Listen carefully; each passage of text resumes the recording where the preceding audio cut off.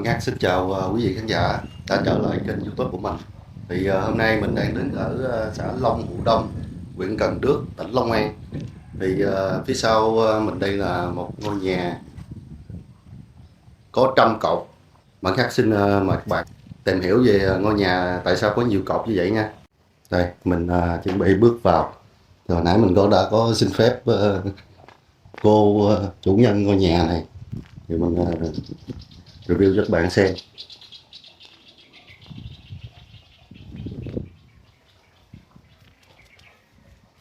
Di tích lịch sử văn hóa nhà trăm cột đã được Bộ Văn hóa Thông tin công nhận quyết định số 2890 ngày 27 tháng 9 năm 1997.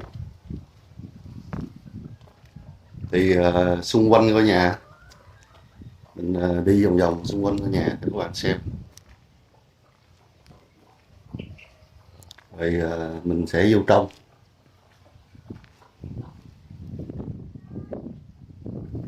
Tìm hiểu ngôi nhà này như thế nào. Thì nhà vẫn còn nguyên vẹn, mái ngói ở trên thì có những cái họa tiết rất là đẹp. Quay và xem phía trong. Dạ dạ. Dạ con xin phép ngồi nói chuyện với cô chút xíu được không? Dạ con quay phim cô luôn nha. Dạ. Con đang quay phim đó nha cô. Thì bạn Hát sẽ hỏi thăm cô về vấn đề.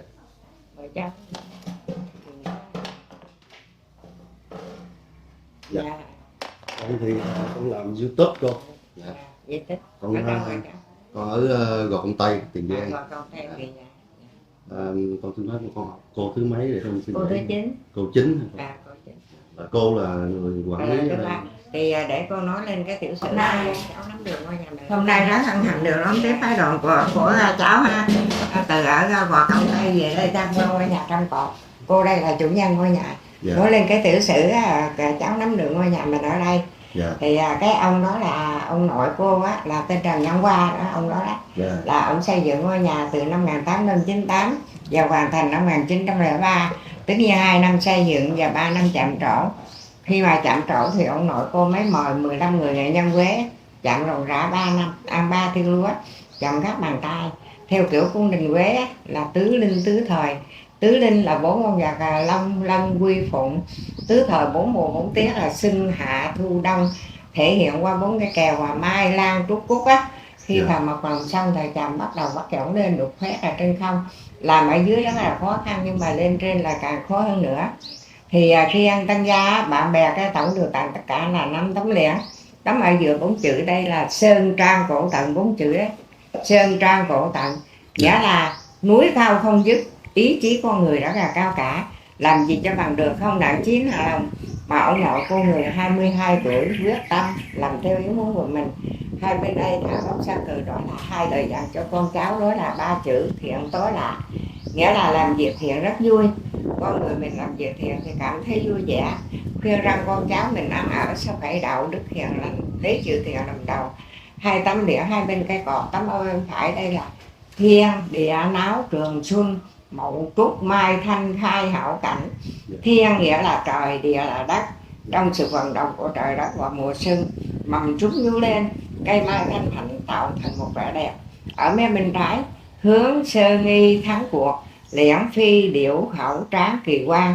Hướng nghĩa là nhìn, sơn là núi, nhìn về hướng núi dựa vào những cái cảnh đẹp cùng với cánh chim bay nhấp nhô cũng tạo thành một kỳ quan.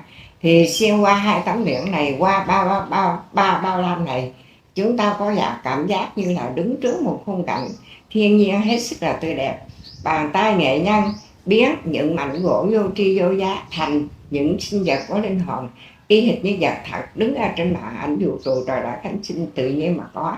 Chẳng hạn ở trên đây là chùm khế hoạt, chùm điều lòng hột, chùm măng cột, thể hiện qua Nam Bộ chúng ta những cây trái rất trù phú.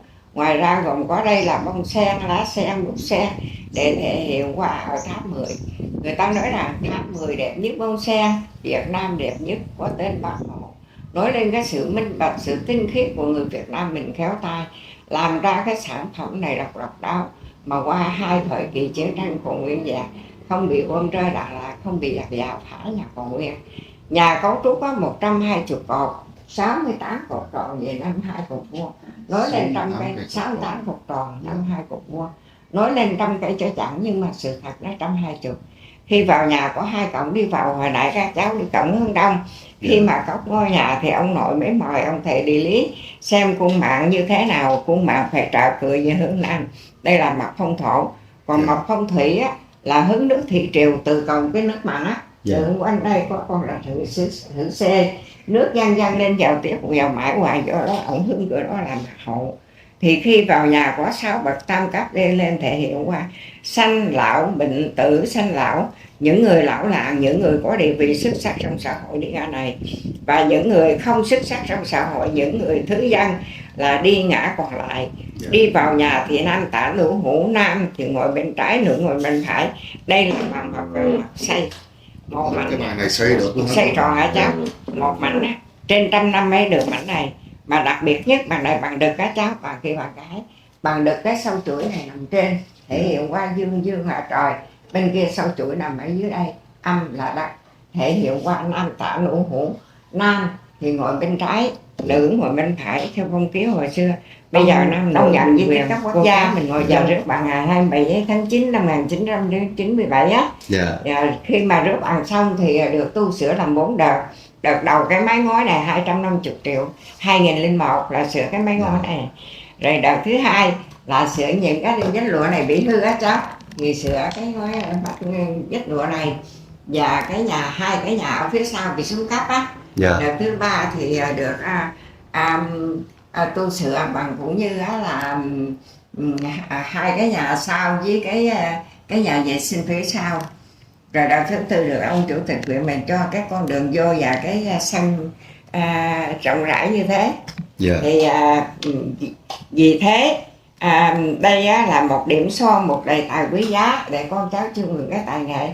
Ông cha mình hồi xưa đã làm bằng tay, nói lên cái sự cần cù, nhận này chịu khó chịu khổ, mấy ông không còn nữa. Nhưng mà để dấu vết này con cháu chiêm ngưỡng rất là đau lòng. Thì phần thuyết minh hôm nay của cô cũng xin tạm dừng. Cầu chúc phái đoàn là các cháu, 1 là nhiều sức khỏe, 2 nữa gặp nhiều may mắn, 3 nữa thì làm được nhiều lộc nhiều ngầu trong ngành, 4 nữa chuyến đi được vui vẻ. Cảm ơn phái đoàn và cháu nhiều. Con cũng xin là cảm ơn cô. Với cô là hôm nay là con lần đầu tiên con tới đây ở bên Gò Công, con được một người bạn ở gần đây nè giới thiệu, nói là đi qua đây là có nhà trăm cột. Nhưng mà con cũng đã thấy trên mạng cũng nhiều rồi, nhưng mà hôm nay là lần đầu tiên tới. Con rất là cảm ơn cô để cho con vô đây con quay phim, rồi được cô giới thiệu thuyết minh về ngôi nhà. Con phải nói là cảm ơn cô.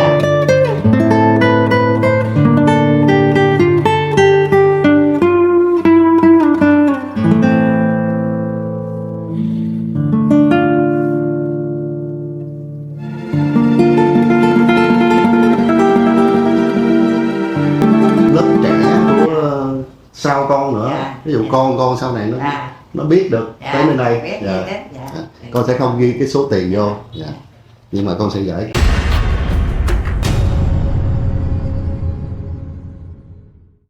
68 cái cột tròn nha các bạn.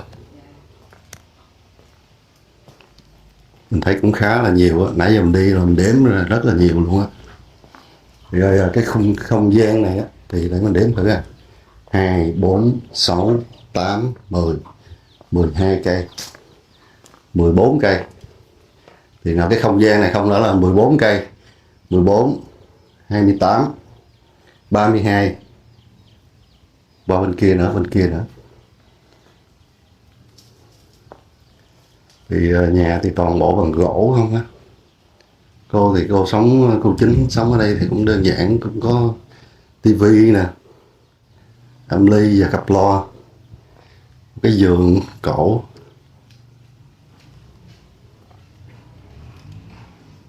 Đây là một số hình ảnh về tối quá ha các bạn.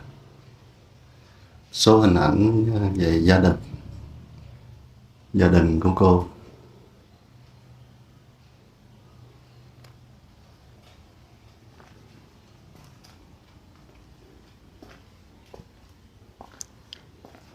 Đây là phía sau. phía sau vẫn là cột tròn nha các bạn, để nước, củi, tất cả là đều bằng gỗ hết nha các bạn. Đây là chắc có thể là nhà bếp đó.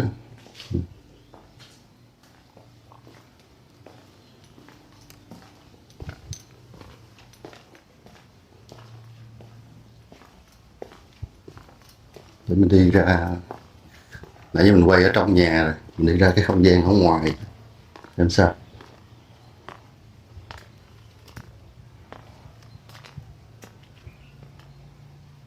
Nhà thì đã trùng tu lại.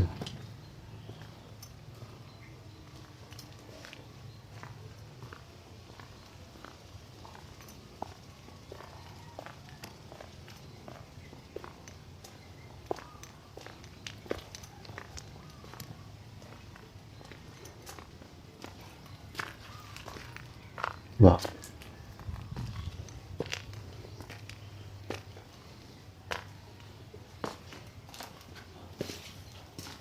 Bên đây còn một gian nữa các bạn,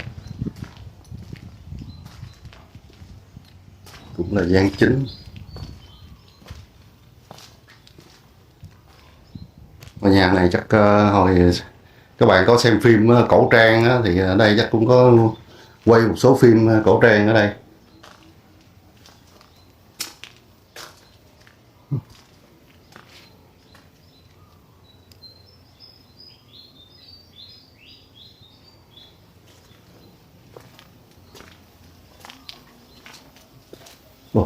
Ông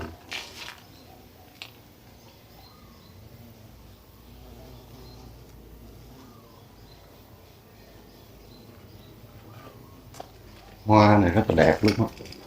Mùa này sao mình đi đâu mình cũng thấy nó nở đẹp ghê luôn á. Không biết hoa gì hết ta. Các bạn xem phim biết cái hoa này tên là hoa gì á, giúp Mẫn Gác bình luận nha. Rồi, bên đây thì có cái hàng rào chắn lại rồi. Đây cây me.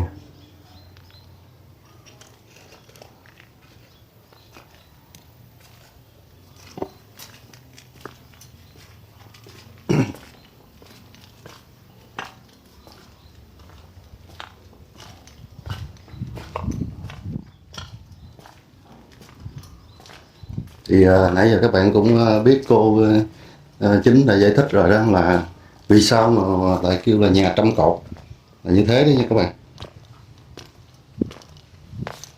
Xin chào quý vị các bạn. Xin chào các bạn.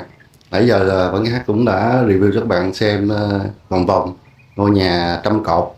Thì để mình biết được tại sao ngôi nhà này có trăm cột và do ai là người đã xây dựng ngôi nhà này ha, thì cô Chính cũng đã thuyết trình cho các bạn xem, các bạn nghe. Thì Mẫn Gác xin kết thúc video tại đây. Chúc quý vị khán giả một ngày tốt lành.